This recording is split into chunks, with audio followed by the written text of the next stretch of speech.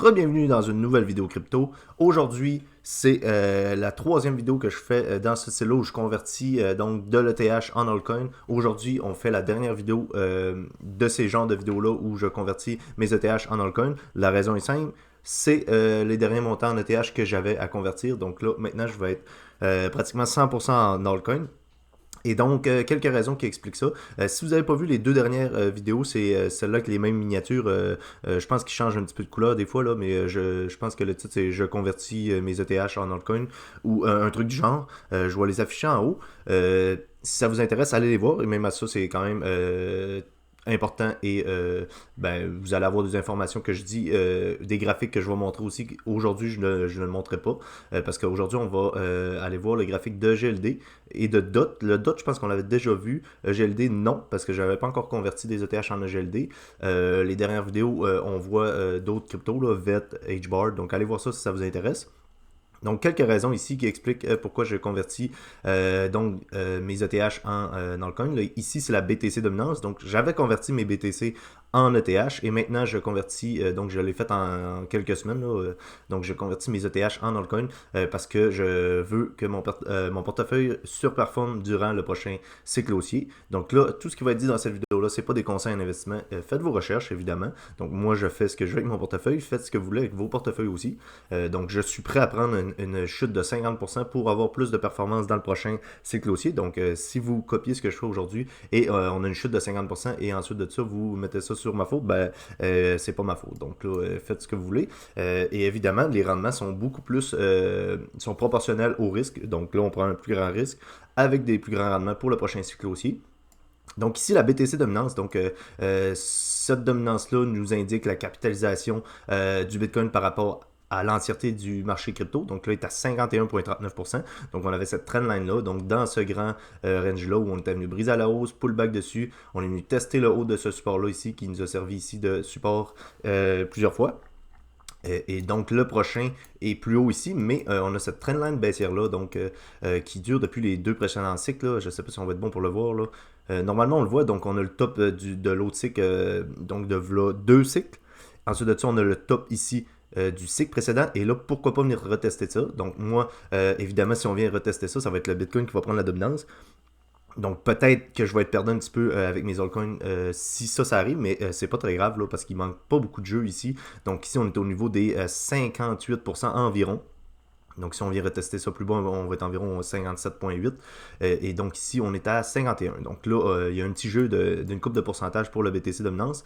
Le TH, présentement, qui prend un petit peu plus de valeur que le BTC, parce que les cycles se suivent. Donc on a les liquidités qui se versent de BTC vers ETH, et ensuite de ça, vers les grosses caps, et ensuite de ça, les middle caps, les low caps. Et donc c'est pour ça qu'on a des alt season qui viennent après. Et c'est une des raisons pourquoi je convertis mes ETH en altcoin. Donc pour toutes ces raisons-là. Ensuite de ça, ici, on a le Total 3. Donc, le Total 3, je vous en ai parlé plusieurs fois, qui compte la totalité du marché crypto en excluant BTC et ETH. Donc, toutes les altcoins et on exclut même ETH qui compte comme le plus gros altcoin, on va dire. Donc, on a ce gros range-là qui dure depuis extrêmement longtemps, là, depuis ici. Donc là, on est à environ 574 jours. On est venu le briser ici, donc vers le 4 décembre, donc dans cette semaine-là. Donc environ un mois, là, un mois et demi. Et ensuite de ça, on est venu faire un pullback exactement dessus. Donc si on zoome ici, vous allez voir la mèche là, qui vient retester le haut de ce range-là à la perfection. Et donc, moi, je pense qu'on va avoir une grosse hausse des altcoins. Et donc, la prochaine zone de résistance va être ici au niveau des 630 milliards. On est à 472 milliards. Et ça, si on prend la règle ici et on vient retester par exemple les hauts là, on a une hausse donc de 33, on va dire 34% pour l'entièreté du marché des altcoins. Donc, excusez-moi, 34% pour l'entièreté des altcoins. Donc, si on a un 34% ici, évidemment, c'est une moyenne, mais les altcoins vont performer donc énormément. Là, on va voir potentiellement du 50% sur certains altcoins, peut-être du 100% même. Et donc, évidemment, tout ce que je dis, ce n'est pas des conseils. Ça peut arriver dans extrêmement longtemps aussi, mais moi, je suis prêt à prendre le risque en convertissant tous mes ETH aujourd'hui, donc en altcoin. Mes ETH restants, évidemment, là, je pense que c'est autour de 1100 US, 1200 peut-être là. Donc je vais vous expliquer, on va pas tout convertir ça ensemble parce qu'il y a une partie que j'ai transférée donc vers crypto.com et crypto.com je peux pas vous le montrer sur l'ordinateur parce qu'il n'y a pas de portefeuille donc sur l'ordinateur. Donc je pense que j'ai converti, j'ai envoyé 400$ sur crypto.com. Donc aujourd'hui on va faire aux alentours de 750, 800$ US en conversion. Qu'on va aller faire ça sur Coinbase. Donc là ici on va commencer par le graphique de l'EGLD. Ici. Donc GLD, j'ai pas encore fait de conversion sur les deux précédentes vidéos où je convertis des ETH en altcoin. Donc là, on a un graphique quand même assez beau pour le GLD. Donc on a un top ici au niveau des 537$. On a eu notre bear market ici. On a eu une structure, donc on voyait ici qu'on descendait beaucoup plus verticalement. Ensuite de ça, on s'est stabilisé un petit peu. On est venu donc ici en tant que support. On est venu en tant que support ici. On est venu le briser à la baisse. On est venu repasser à la hausse, support. On le brise à la baisse, résistance, résistance. On le brise à la hausse avec une énorme bougie, là, juste cette bougie-là. Ici, on est sur du environ 85%, donc ça c'est énorme. Là. On l'a eu récemment avec la montée donc de GLD, là, qui est passé d'environ ici, on le voit de 29$ à 60, là, 55, donc c'est énorme. Ensuite de ça, on est venu retester cette zone-là en tant que support 2 fois. Et là, on est potentiellement reparti pour le prochain cycle aussi. Donc, mais évidemment, c'est sur du très long terme. Là, on est sur un graphique weekly. Donc, si on prend à partir d'ici jusqu'au top, on a 981%, ce qui équivaut à fois 10.8, si je ne me trompe pas. Donc, on a un potentiel énorme pour GLD. Et ça, c'est jusqu'à l'ATH. Donc, est-ce qu'on va aller chercher plus haut? Selon moi, oui. Parce qu'on a un bon projet quand même ici, GLD. Là, aujourd'hui, je ne parle pas des projets, on regarde juste les graphiques et je convertis. J'ai déjà de la GLD dans mon portefeuille et maintenant je convertis donc mes ETH et je renforcis mes positions en altcoin de ce que j'avais déjà dans mon portefeuille. Donc GLD qui est une position qu'on va aller renforcer tantôt et DOT aussi en fait partie. Et l'autre qu'on ne regardera pas ensemble, c'est HBAR. Donc HBAR, je vous en ai parlé dans une des 3 vidéos de ce on va dire, de ce petit concept de conversion de TH vers des altcoins. Donc là, ici, graphique de DOT qui est vraiment super beau. Donc ici, bear market. On a un genre de gros W ici énorme sur le DOT. On a cette zone ici qui nous a servi de support et de résistance plusieurs fois. Hein. Support, ici support, résistance ici, résistance, résistance. On est venu le briser à la hausse. Et là, pourquoi pas retester ça en tant que support. Donc ça ici, c'est magnifique. On a cette zone de trendline là baissière. On est sur un graphique en weekly aussi, donc chaque bougie une semaine. Et là, on peut venir voir qu'on est venu taper cette zone en tant que résistance ici, résistance ici. Ici, on est venu la brise à la hausse, support et support plusieurs fois ici. Et pourquoi pas, donc repartir à la hausse avec cette zone en rectangle mauve violet ici, donc en tant que support. Et cette zone de trendline là en tant que support. Donc on a des excellentes zones d'achat ici selon moi. Et là, sur du DOT, on est environ 758%, donc ce qui équivaut à x8.6 environ jusqu'au prochain ATH de DOT. L'ATH de DOT qui était, si on regarde le H ici, on est sur du 55$. Donc 55$, ici on achète à 6.5$ environ. Donc là, on va aller faire ça ensemble sur Coinbase ici. Donc là, ici, me voici sur mon compte Coinbase ici. Et là, j'ai transféré mes Cardano. Donc même chose que la précédente vidéo. J'ai transféré mes ETH de ma clé Ledger vers BitGet. Ensuite de ça, vers BitGet, tu fais une conversion sans frais, donc zéro frais. Si vous voulez utiliser BitGet, vous avez un lien en description. Les frais de conversion sont de 0, donc ça c'est excellent si vous voulez faire des conversions. On va le faire ici sur Coinbase. Évidemment, sur Coinbase, il y a un petit peu plus de frais. Donc là, j'ai envoyé mon Cardano ici. Et ce qu'on va faire, donc, c'est qu'on va convertir du Cardano en multiverse, donc GLD, DOT et Hedera à partir de Coinbase ici. Et oui, là, on a du Cardano parce que sur BitGet, j'ai converti mes ETH en Cardano. Et donc, j'ai envoyé 400$ US sur crypto.com pour convertir en VeChain et en Theta. Et ensuite de ça, ici, on a 771 donc pour convertir en EGLD, Polkadot et Hedera. Donc, si vous suivez bien, j'envoie des Cardano ici parce que c'est moins cher d'envoyer des Cardano que d'envoyer mes ETH ici, là, avec les frais de réseau, là, évidemment.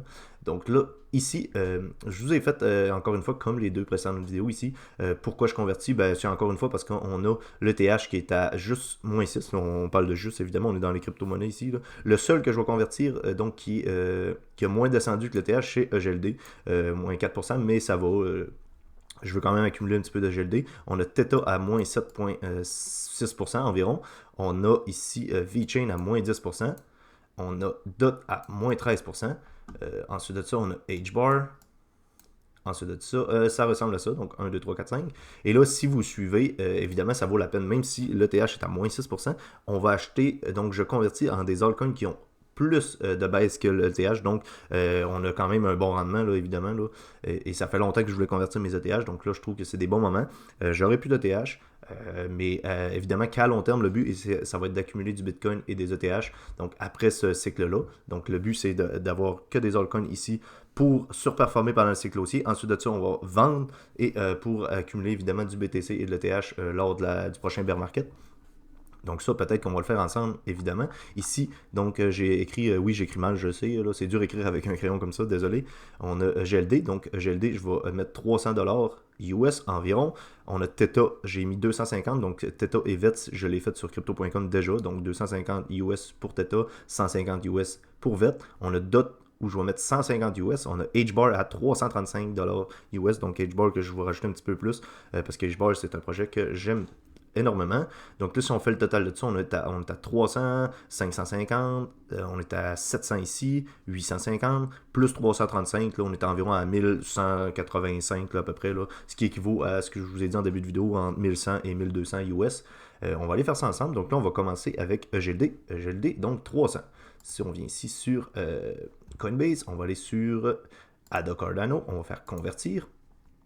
Et là, évidemment qu'on paye des frais, là, mais c'est pas très grave, là. Donc, on va choisir ici EGLD. Super simple de faire des conversions aussi là, avec Coinbase. Là. Le seul désavantage, je dirais, c'est les frais. Là. Coinbase, c'est une plateforme hyper sécure, mais il y a plus de frais. Donc là, faut choisir notre camp à un moment donné. Donc là, on va avoir 300 US donc de Cardano vers EGLD. Prévisualiser la conversion. Convertir maintenant. Donc là, on a un GLD qui va passer de 1200 US ici à 1500, évidemment, plus 300. On va le voir si les frais se sont mis tout de suite. La page va se refresher. Et on va voir ça ensemble. Donc, plus 292. Donc là, vous voyez les frais à peu près. Là, donc, c'est quand même énorme. Là. Pour 300$, on a payé 8$ de conversion. Donc, c'est à faire attention. C'est pour ça que je ne vais pas trop le faire souvent sur Coinbase. Là, mais pour aujourd'hui, ça va pour la vidéo. N'hésitez pas à laisser un j'aime sur la vidéo, évidemment. Des commentaires sur des sujets de vidéo que vous aimez aussi. Ça fait toujours plaisir.